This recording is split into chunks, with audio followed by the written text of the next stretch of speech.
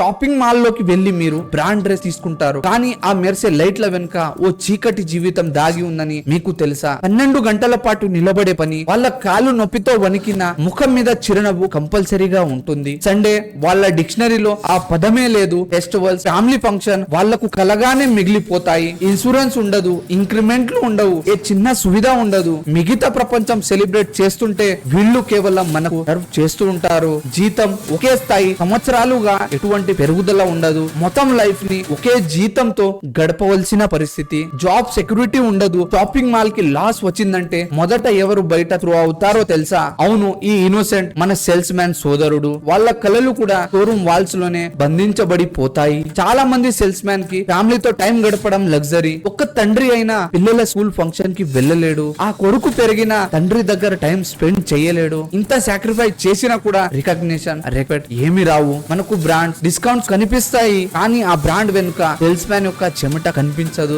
ఈ వీడియోను షేర్ చేయండి, ఎందుకంటే మన సేల్స్ మ్యాన్ సోదరులకు న్యాయం జరగాలి.